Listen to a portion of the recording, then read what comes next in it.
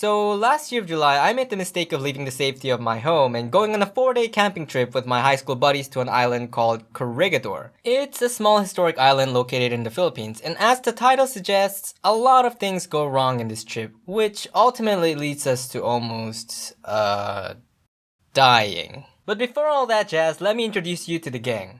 This is Spencer, the Corregidor expert. He knows more about this island than his own childhood. This is Hans, an intellectual jungle man who seems better suited to live in the wild than the city. This is Max. He's one of those rare guys in high school who's both considerably geeky and surprisingly athletic at the same time. But he's gained a few pounds since then.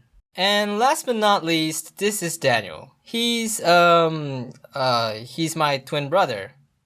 Yeah. That's it.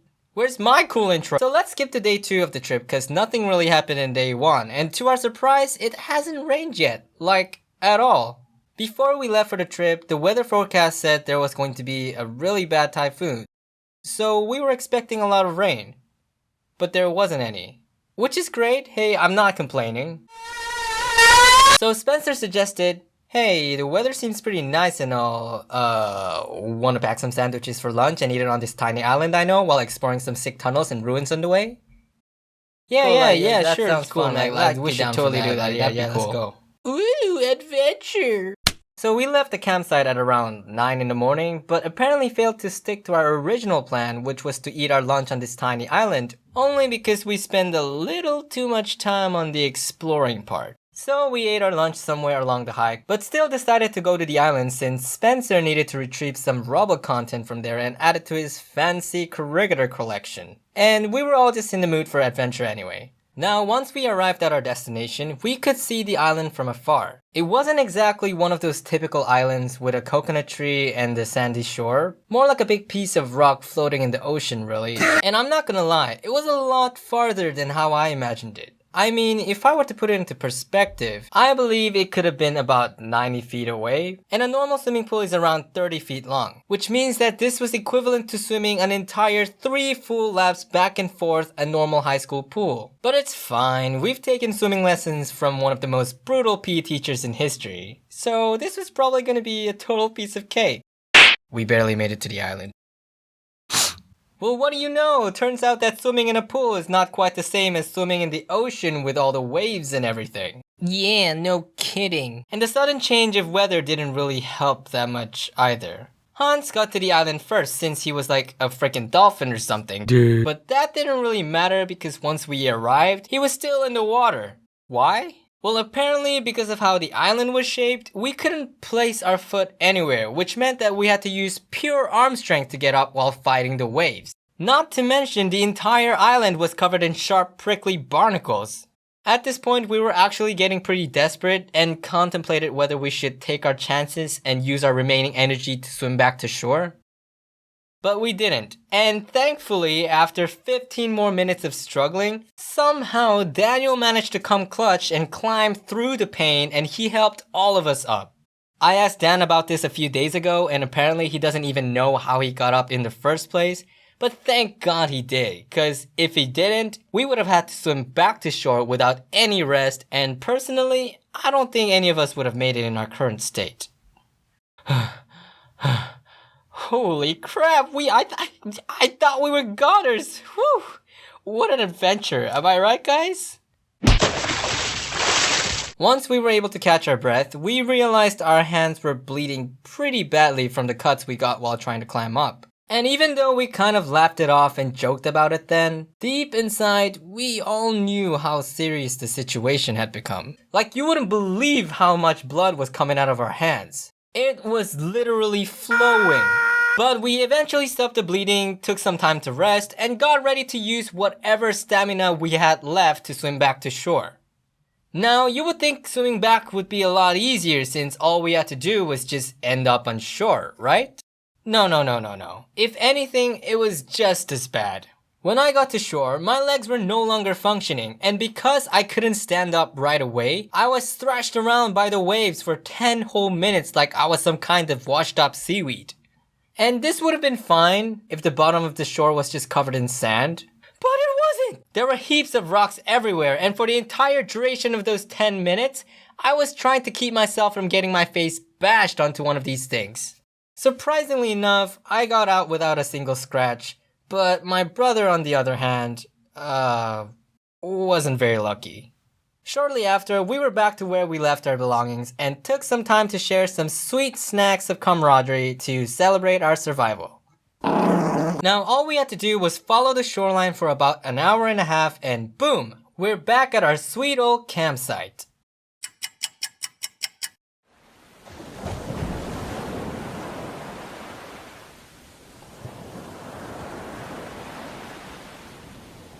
Guys, I think we need to go back. What? What do you mean we need to go back? It's not safe. But the campsite's just around the corner. We could try to swim. TJ, we need to go back.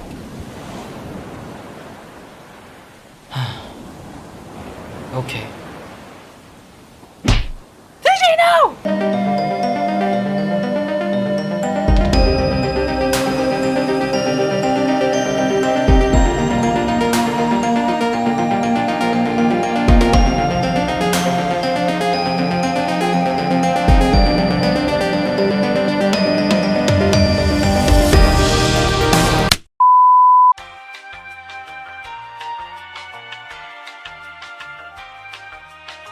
So what happened was, we forgot to take into account that water levels rose as the day reached closer to the evening, and it was already around 5 p.m. The path we were supposed to take to get to our campsite was completely gone, or flooded to be precise, and there really was no other way around. We did think about swimming, but the waves would have destroyed us onto the rocks if we tried, so we didn't risk it. This was honestly one of those times where if I could sign a contract with the devil for a pair of wings in exchange for my soul, I'd do it. What? It's just an analogy. It was already starting to get kinda dark, and everyone knows how dangerous it is to walk around the jungle during the evening, so it didn't take too long for us to make a quick decision. But man, it sucked. We walked all this way for nothing, and now we had to take the long way around the island, which is the path we took to get down here in the first place. And not just that, there was this long stream that we previously hiked down in order to get to this shore, and staggering up this thing in our current state was not a fun time at all. Our legs were so tired on our way up this stream that we had to stop every few minutes to keep it from cramping, and we weren't even allowed to rest any more than 10 seconds in fear of wasting too much daylight. The journey back to camp was painfully exhausting, but we eventually made it in one piece, and all we could think about was taking a nice cool shower and sticking our beat up bodies in our sleeping bags and going right to sleep.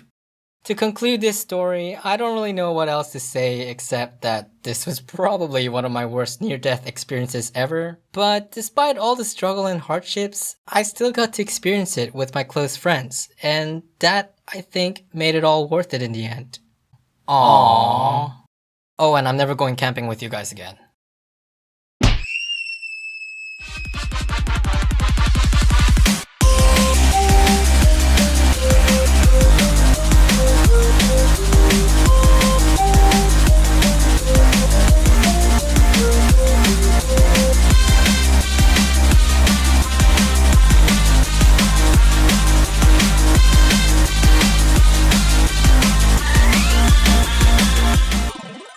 Oh wow, hey, TG's back. Yay. I missed you guys so much. Okay, so I know I've been gone for a while. I know. I can't really explain everything in detail, but a lot's been going on, I swear. I went to Korea again, got my tooth removed, and got a tooth implant. Yikes, been dealing with taxes, family, and loads of other stuff. And that's just half of it, okay? Oh, and also big thanks to my buddy Ray for helping me out with coloring.